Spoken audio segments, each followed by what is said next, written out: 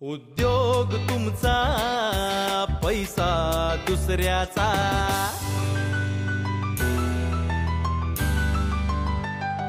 नवीन आशा, नव्या आकांक्षा. कधी पदरी मग पडते निराशा. रोज चालणे, रोज धावणे, येते सोबत कधी धडपडणे. हात मिळता धाराचा,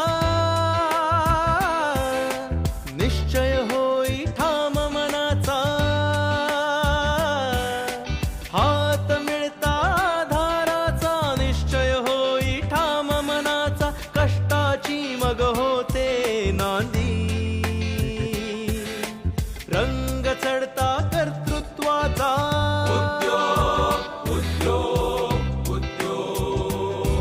उद्योग तुमचा, पैसा दुसऱ्याचा. उद्योग तुमचा, पैसा दुसऱ्याचा.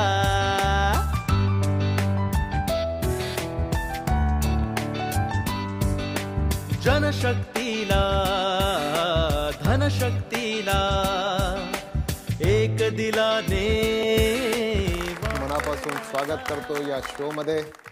उद्योजकतेने भरलेल्या आणि उद्योगाने भारलेल्या या शो मध्ये TJSB बँक प्रस्तुत the Suresh Haware business show. उद्योग तुमचा, पैसा दुसऱ्याचा. Powered by Pitambari. मित्र हो, एक काळ होता जेव्हा कर्ज काढावं का काढू नये असा विचार करणारी पिढी होती आणि कर्ज काढू नये असं जुन्या पिढीचं सांगणं होतं.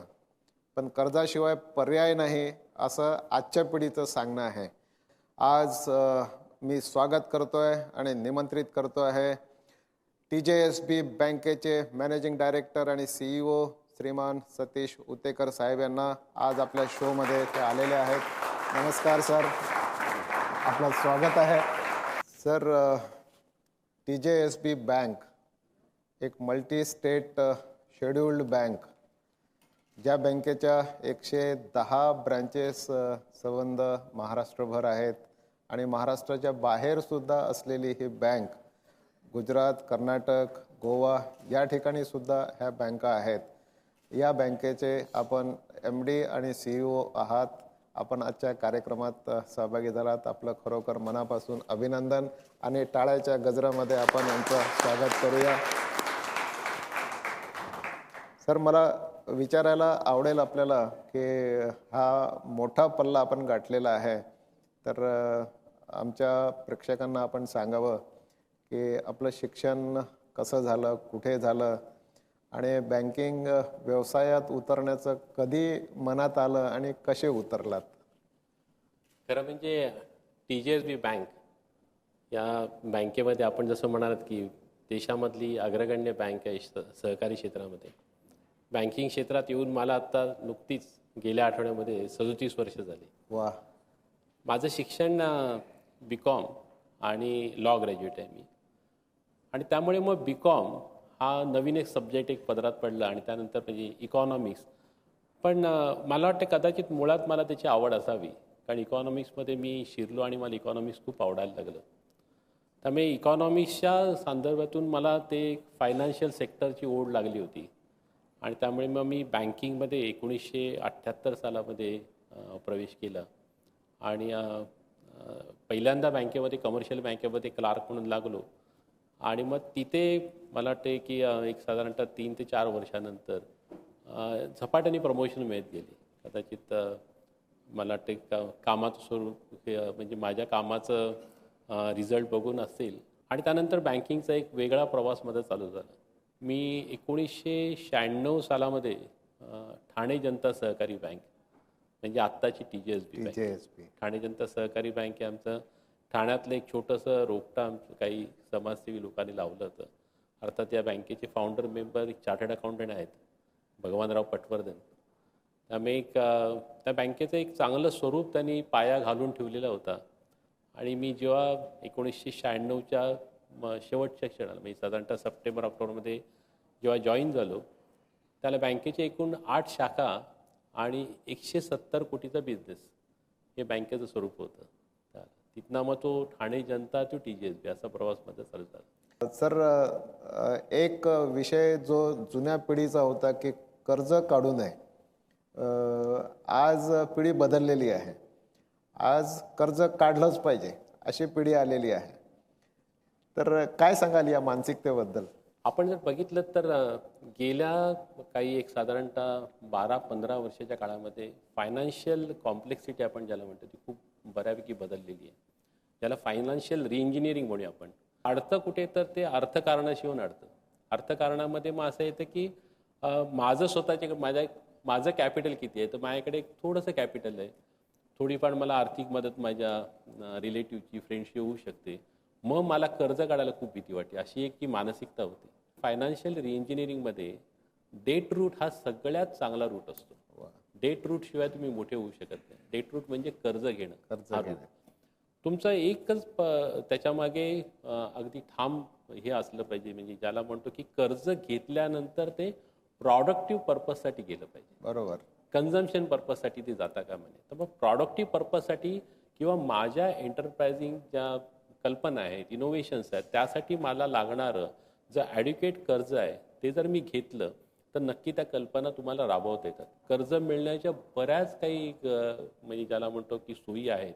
बँका आहेत, इतर फायनान्शियल इन्स्टिट्यूशन्स आहेत, बरोबर. बऱ्याच काही चांगल्या सवलती आहेत. मला वाटते कर्ज घेऊन उद्योग करणं हा सगळ्यात चांगला. मित्र, बघा, बँकर्सचा सल्ला आहे आणि कर्ज घेतल्याशिवाय उद्योगाला गती मिळणार नाही. कर्ज घेऊन उद्योग करणे हा सगळ्यात चांगला मार्ग आहे. अजूनही आपण या विषयावर चर्चा चालू ठेवणार आहोत. इथे घेतोय आपण एक कमर्शियल ब्रेक. उद्योग तुमचा, पैसा दुसऱ्याचा. मित्र, पुन्हा स्वागत आहे आपल्या या शो मध्ये. सर, नवीन उद्योजक जे उद्योगात येऊ इच्छितात, तर यांच्यासाठी बँकेच्या काय योजना आहेत आणि कुठल्या कुठल्या प्रकारचे कर्ज असतात, तर काय काय योजना बँकेच्या नवीन उद्योजकासाठी असतात? नवीन उद्योजक ज्याला आपण स्टार्टअप म्हणूया. स्टार्टअप. बरेच वेळेला असं होतं की स्टार्टअपला कॅपिटलच नसतं, म्हणजे त्याच्याकडे स्वतःचाही पैसा नसतो बरेच वेळेला. आणि बँकांकडे गेल्यानंतर बँकांची एक अति नॉर्मल डिमांड असते की काय सिक्युरिटी देणार, तुम्ही इस्टॅब्लिश आहात का. पण मी तुम्हाला सांगू इच्छितो की आत्ताच्या ह्या फायनान्शियल वर्ल्डमध्ये बँकांकडे कस्टमाइज प्रॉडक्ट खूप आहेत, खूप कस्टमाइज प्रॉडक्ट्स आहेत. तुमच्याकडे तुमचा प्रोजेक्ट हा व्हायबल प्रोजेक्ट असला पाहिजे. अर्थात बँकिंगमधनं जेव्हा कर्ज दिलं जातं तेव्हा डिपॉझिटरचा पैसा हा तुमच्याकडे आहे. बँकिंग हे माध्यम आहे त्यातलं, त्यामुळे त्याचा ट्रस्टी म्हणून काम करावं लागतं. त्यामुळे तुमचा जो प्रोजेक्ट हा व्हायबल असेल, इकॉनॉमिकली व्हायबल असेल, त्याला मार्केट अवेलेबल असेल, त्याचा तुमचा स्टडी असेल, तुमचं स्किल्स असेल, तर अशा प्रोजेक्टला बँका ह्या वेगवेगळ्या प्रकारच्या कस्टमाइज प्रॉडक्ट्स करून तुम्हाला देतात. म्हणजे तुम्हाला जर तुमचा इन्फ्रास्ट्रक्चर उभं करायचं असेल तर टर्म लेंडिंग असतं, आणि टर्म लेंडिंग ह्या व्हेरियस ड्युरेशनसाठी तुम्हाला मिळू शकतं. त्याचे रिपेमेंटचे स्ट्रक्चर्स तुमच्या बिझनेसच्या कॅश फ्लोप्रमाणे स्ट्रक्चर करता येतात. कारण बिझनेस जसजसा चालेल तसतसं तुमचा कॅश फ्लो अवेलेबल होतो. त्यामुळे त्याच्याप्रमाणे ते स्ट्रक्चर केले जातात, कस्टमाइज केले जातात.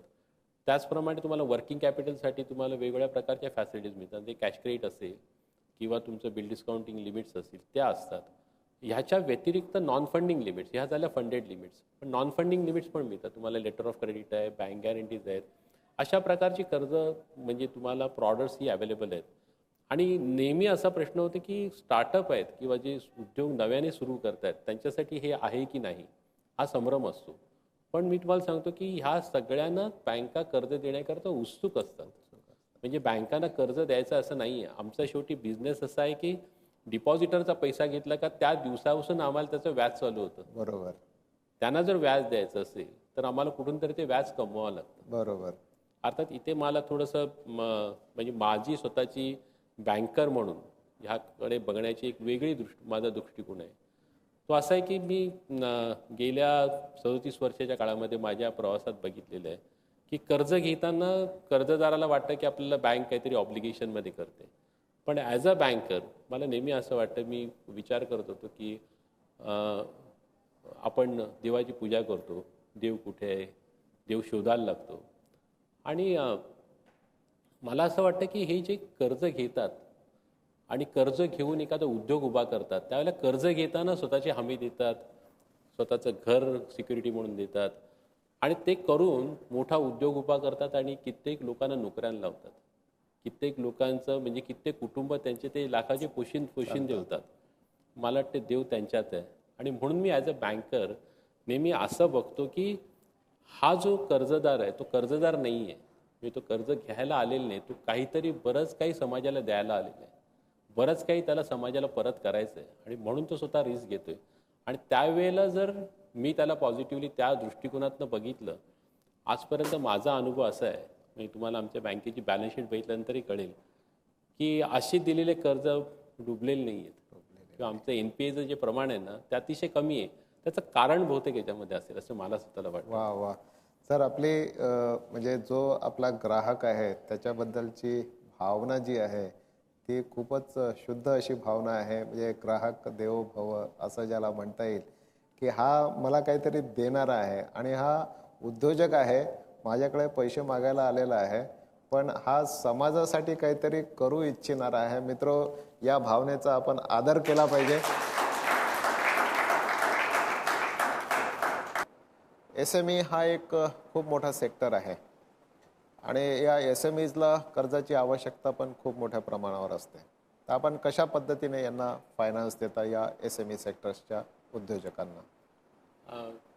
TJSB बँकेचं म्हणायला गेलं तर आमची स्थापनाच एका औद्योगिक शहरामध्ये झाली. ठाणं हे तसं बघायला गेलं तर उद्योगाचा म्हणजे ज्याला MIDCनी आजूबाजूला आणि आशिया खंडातलं सगळ्यात मोठं औद्योगिक क्षेत्र असलेलं होतं. त्यामुळे आमचा नॅचरली त्याच्यावरती फोकसच होता, लघु उद्योजकावरती, SME सेक्टरवरती. SME सेक्टर आज जर बघितलं तर देशामधलं सगळ्यात महत्त्वाचं सेक्टर आहे आणि तसंच एम्प्लॉयमेंट जनरेशनमध्ये होतं काय की ह्या लघु उद्योजकामध्ये शेवटी हा जो SMEचा जो कोणी प्रमोटर आहे हा एकतर प्रोप्रायटर किंवा पार्टनरशिप याच्यातनं आलेला असतो आणि ह्याला एक फायनान्शियल बॅकग्राऊंड खूप कमी असते. बऱ्याच प्रमाणामध्ये तो डिपेंडंट खूप असतो. आमचा किंवा बँकर म्हणून त्याच्याकडे बघण्याचा दृष्टिकोन नेहमी असा राहिला की त्याचा बिझनेस हा त्यांनी बघावा आणि फायनान्शियल सपोर्ट हा बँकेने करावा. त्यामुळे त्याच्या बिझनेसचं, मी जसं मगाशी म्हटलं तसं बिझनेसचा स्टडी करून त्याला कुठल्या प्रकारचा फायनान्शियल सपोर्ट पाहिजे याचं स्ट्रक्चरिंग आम्ही करतो.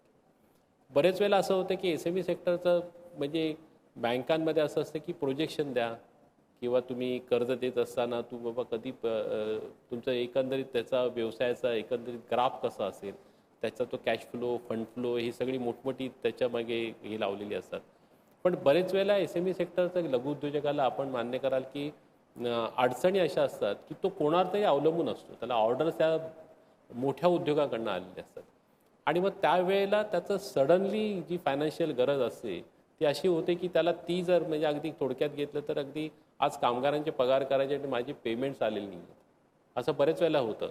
तर त्यावेळेला बँकेनी प्रॅक्टिकल व्ह्यू घेऊन आणि त्याची जेन्युइन रिक्वायरमेंट याचं असेसमेंट करून त्याला इमिजिएटली सपोर्ट देणं खूप गरजेचं आणि त्याला टाईमली सपोर्ट म्हणतो. कारण आज जर कामगारांची पेमेंट दिली नाही, स्टॅट्युटरी ड्यूज पेमेंट केले नाहीत आणि त्यांनी केलेले जे काम असतं त्याचे पैसे आले नाहीत म्हणून तो बिचार अडकले असतं, त्यावेळेला त्याला सपोर्ट करणं खूप गरजेचं असतं. त्यामुळे त्याच्यासाठी कस्टमाइज फायनान्शियल सर्व्हिसेस किंवा फायनान्शियल प्रॉडक्ट करणं खूप गरजेचं असतं. मला एक सर्वसाधारण प्रश्न विचारायचा आहे ॲज अ बँकर म्हणून.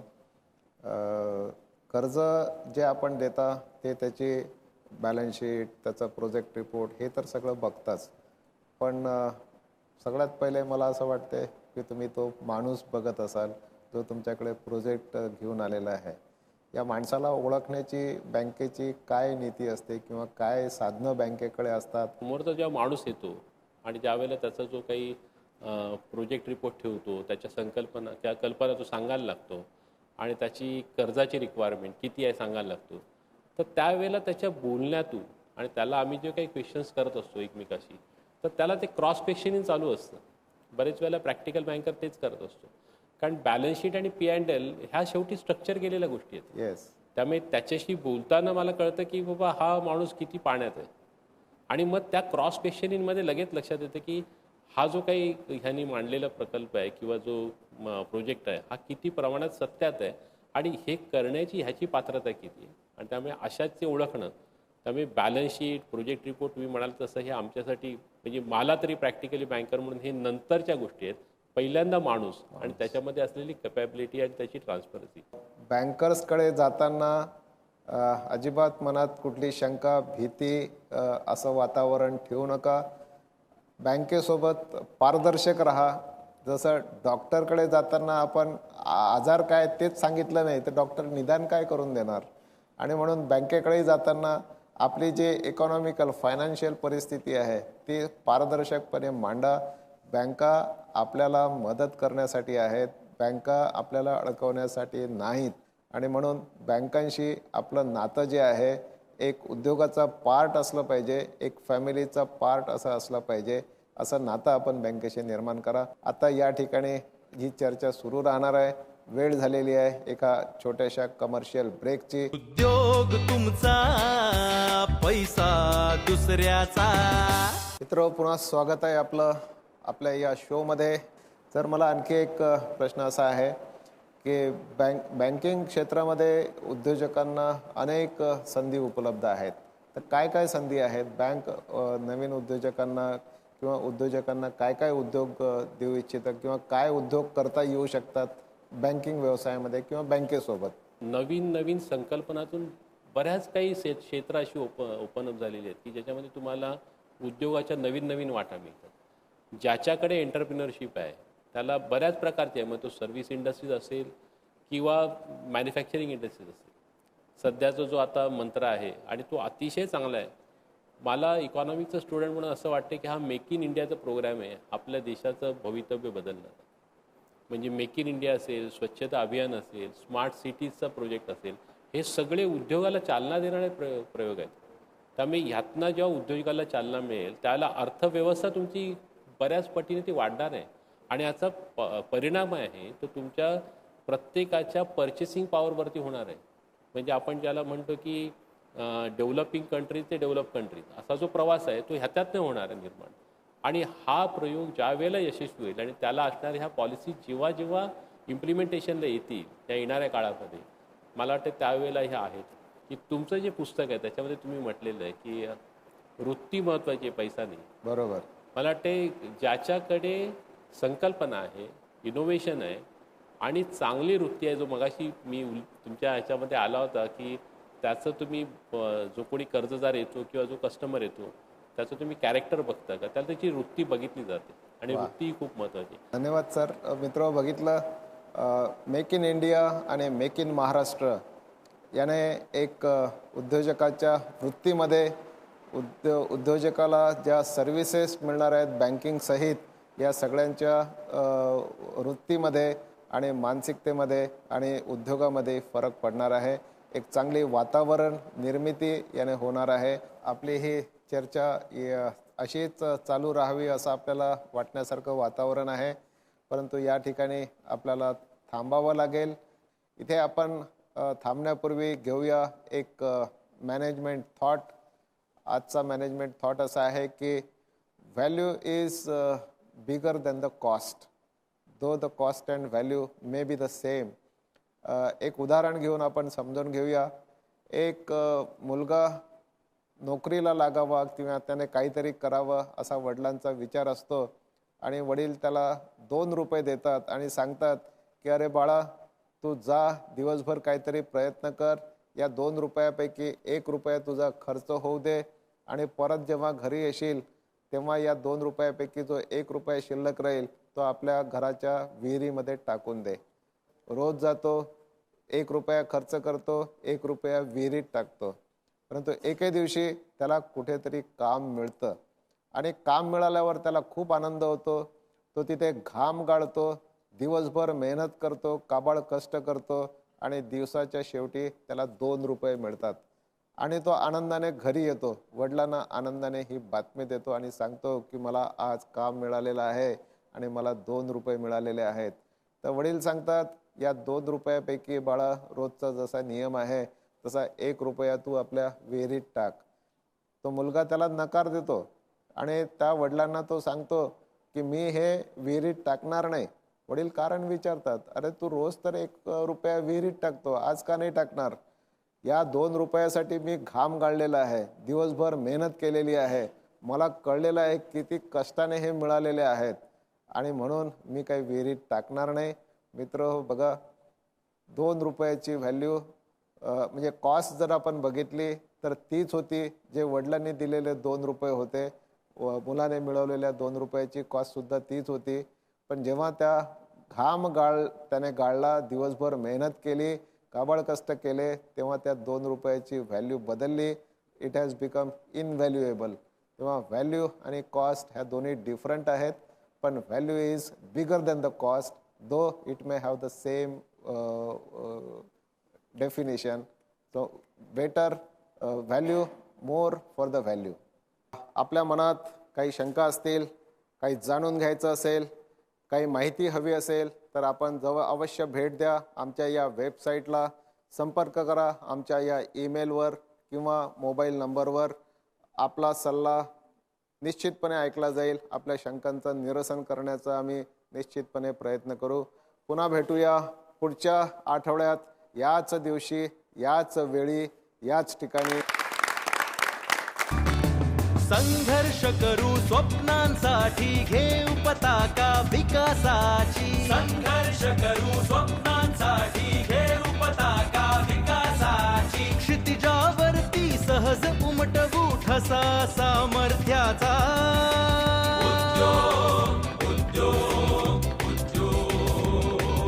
उद्योग तुमचा, पैसा दुसऱ्याचा.